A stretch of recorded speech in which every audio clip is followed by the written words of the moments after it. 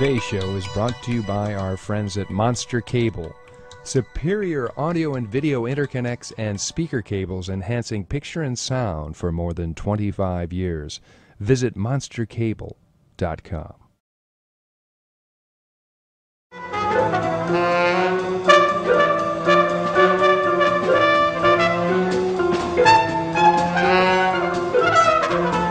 Joining us today on the Culture Catch, we're very honored to have one of the true music icons in the world, it's safe to say, Wynton Marsalis. Hey, it's a pleasure. Thanks for being on the show. It's a pleasure. What is it about jazz that you think resonates with people and with yourself, and at a young age for you too? I think it's the freedom of it for the individual. You're free to express yourself. I think it's the communal, like you're free to express yourself and other people too, and they come together inside of a form. So the two aspects of communication, like you and I, you know, you're asking me, I'm talking, but I'm with you too. Right. So we like that, people. Yeah, sure. And it's the organic aspect, the real instrumentation. Right. You go to a club and you see somebody playing a piano or a horn. Right. And typically in those old, there's not amplification in there. Right. Well, the intimacy of it, the nuances of it, like I'm standing right next to you, so I'm speaking, you can feel my voice, and I can come up and I can come down. The musician's not playing too loud, and the feeling of the blues, which is in our country, you know, almost everything has the blues in it, and the rhythm, the swing rhythm, ding, ding, ding, ding, doom, doom, doom, ding, ding, doom, doom, doom. Improvisation, the element of surprise, syncopation. You never know what somebody's going to do. Right. Freedom of phrasing, that goes across all musics, in American music, jazz, country music, rock and roll, rhythm and blues, whatever the Right. titles are, people playing with lyrics and playing like the core element of play. Well, the key thing here is the improvisational aspect, because you could see someone like yourself 24 times and never hear the same thing. Could hear the same song every night, but never approach the same way. Right. I think people love that too. It's kind of like I don't know, just a friend of yours that you know, they're always doing something different, dressing different, Right. always got just the type of variety.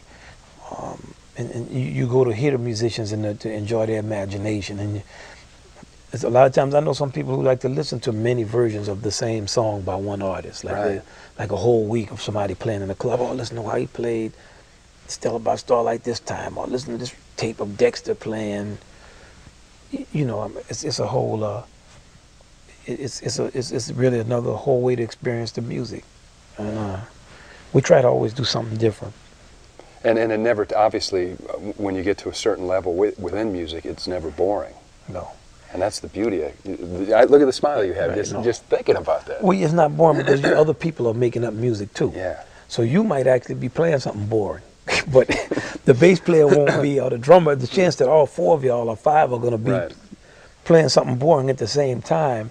And sometimes you'll be playing something that's not that good, and they'll know that. So they'll give you a little goose, or Blake used to always say, I'm going to put this bass drum on your behind. And boom, he'll put the bass drum on you. It meant wake up. Or, you know, if you have like a teasing, like a lot of jazz musicians, we tease each other all the time.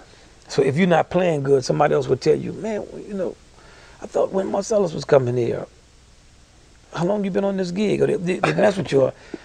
When are you going to show up? You know, what do you, or they'll just laugh or just look at you like, what?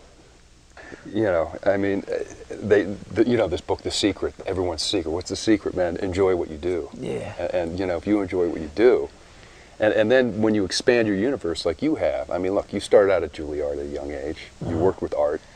I mean, that's heady stuff for a young guy. You know, how did you keep grounded through all of that? Because of your father and your siblings and.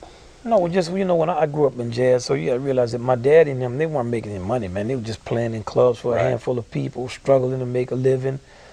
They were neglected. When I played with Art, we were wearing overalls on gigs and driving 17 hours to a gig and staying in hotels. You wouldn't even put some rodents in some of these hotels, you know. So it's like it was hard. It wasn't like we were in bright lights, and it wasn't like that. So it was the wake-up call. Like, okay, you want to be out here. This is the great Art Blake, and this is what he's doing. Yeah.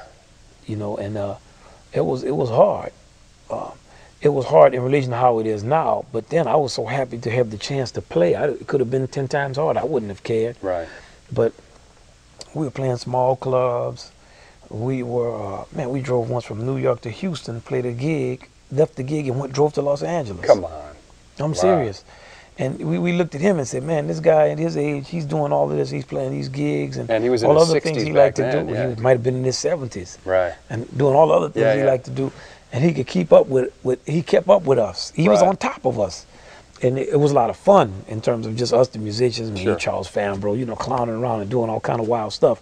But in terms of the work aspect of it, it wasn't like it was heady to be with Art. Like you thought, Sure. man, Right.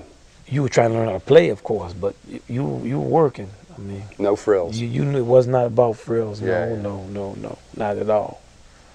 So when you're moving up and then you get the record label deal and you start to see that, you know, you've tapped into a form now that's starting to arrive again, because we have peaks and valleys in all musical styles. Right. And certainly, you know, during those days, jazz maybe wasn't swinging like it was Right, today. Right. You know? Right.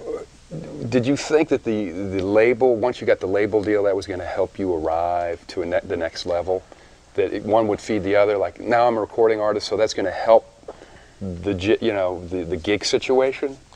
I thought that, but I didn't really know. I was very unsophisticated about record labels, and I didn't know what label people were on. Right. I just knew you buy their records. So I had a deal, and I always worked gigs, so I never thought about them helping me to play gigs. I didn't work gigs under my own name, but since I was the summer that I was 12 years old, I've always worked gigs playing music.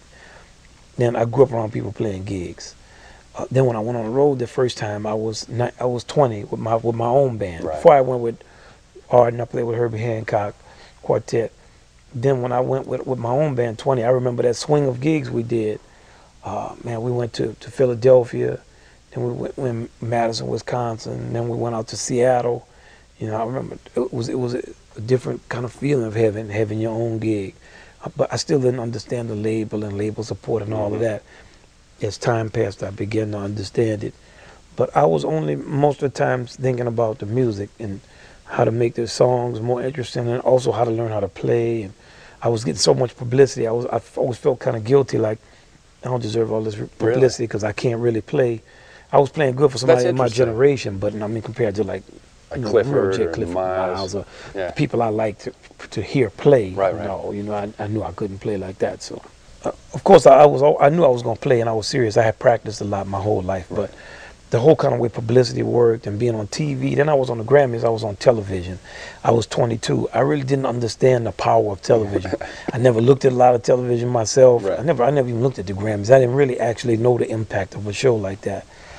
I spent most of my years working, or then it's like overnight I was known as somebody. You know, Right. that was a weird thing for me, kind of. Sure. One day you're just a guy playing a trumpet. The next day people are saying, "You're the little guy that we saw," and people have opinions about what you're playing, you know, so on and so forth. So that was an interesting period for me.